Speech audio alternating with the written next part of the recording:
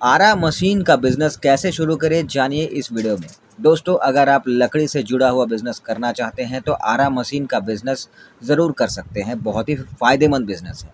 अब जिन्हें पता है कि आरा मशीन क्या होता है, तो उनके लिए तो कोई टेंशन ही नहीं है, बहुत अच्छी बात है। पर जिन्हें नहीं पता है कि आरा मशीन जो है वो क्या होती है, तो उन्हें बता दूँ कि दोस्तों, घरों में जो लकड़ी से बनी कई तरह की छोटी-बड़ी चीज़ें होती हैं, जो लकड़ी से बनी होती हैं, वो डायरेक्ट पेड़ से लकड़ी काट कर नहीं बनाई जाती, बल्कि पेड़ की जो लकड़ी है उसे बीच से चीर कर लकड़ी को कई तरह से काटा जाता है जिस मशीन से, उस मशीन को आरा मशीन कहते हैं। और तब जाकर आपके घर में लकड़ी से बने जो प्रोडक्ट हैं, जो चीज़ें हैं, वो बनाई जाती हैं। ये आप समझ गए। अब ये जो है 2 तरह से ये काम होता है, पहला है वर्टिकल और दूसरा है हॉरिज़ॉन्टल। 2 तरीके से इसका काम किया जाता है। ये आप समझ गए।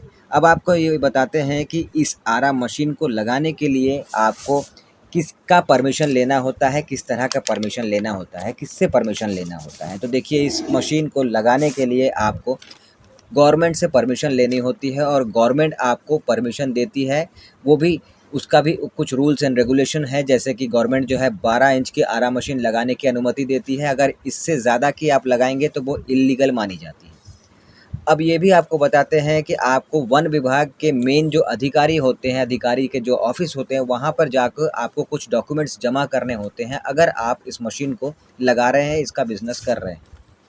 लाइसेंस के तौर पर वोटर आईडी, मतलब आपको जो चाहिए होगा, वो डॉक्यूमेंट्स के तौर पर वोटर आईडी, आधार कार्ड, एड्रेस प्रूफ में इलेक्ट्रिक बिल, ये सब तो आपको देना ही है। साथ ही 3 साल का आईटीआर रिटर्न भी आपको देना होगा। जिस जगह पे आप जो है इस मशीन को लगा रहे हैं, वहाँ के डॉक्यूमेंट्स देने होंगे। जैसे कि अगर रेंटल जगह है, तो रेंटल एग्रीमेंट देना होगा, और अगर खुद की ज़मीन है, तो उससे जुड़ा डॉक्यूमेंट्स आपको देना होगा। तो इस तरह के डॉक्यूमेंट्स आपको लगेंगे।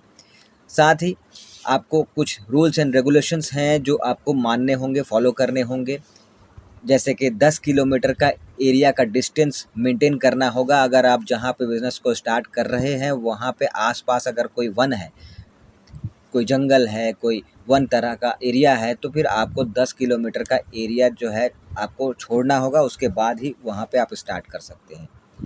तो कुछ रूल्स एंड रेगुलेशंस हैं जो कि आपको बताए जाते हैं, और आपको उनमें एग्री होना होता है, तब जाके आप इस बिज़नेस को स्टार्ट कर सकते हैं, इस मशीन को लगा सकते हैं। अब बात करते हैं कि इस मशीन को लगाने के लिए असली चीज़ यानी कि इन्वेस्टमेंट कितना होता है। तो देखिए, अगर आपके पास ज़मीन नहीं है, आपने ज़मीन खरीद कर बिज़नेस को स्टार्ट करने का सोचा है, तो फिर 15 से 20 लाख रुपए। वहीं पर अगर पहले से आपके पास ज़मीन है, तो फिर आपको जो है ये जो है 5-7 लाख में आप इज़िली स्टार्ट कर सकते हैं।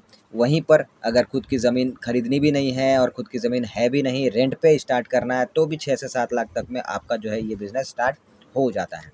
अब बात करते हैं कि प्रॉफ़िट आपको इस बिज़नेस में कितना देखने को मिलता है। तो देखिए, इस बिज़नेस में बहुत ही अच्छा प्रॉफ़िट देखने को मिलता है। जैसे कि वन टाइम आपने इन्वेस्टमेंट कर दिया, लाइफ़ टाइम आपको इनकम देखने को मिलता रहेगा। जनरेशन बाय जनरेशन ये बिज़नेस चलता ही रहेगा। बस बीच-बीच में थोड़ा-सा मेंटेनेंस का जो खर्चा है वो आपको करना पड़ता है, अदर आपको ज़्यादा बड़े लेवल पे कोई इन्वेस्टमेंट फिर दोबारा नहीं करना पड़ता।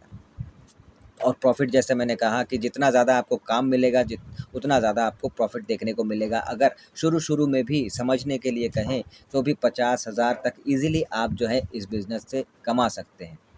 फिर धीरे-धीरे आपका बिज़नेस जमना शुरू होगा, आपका प्रॉफ़िट बढ़ना भी शुरू हो जाएगा।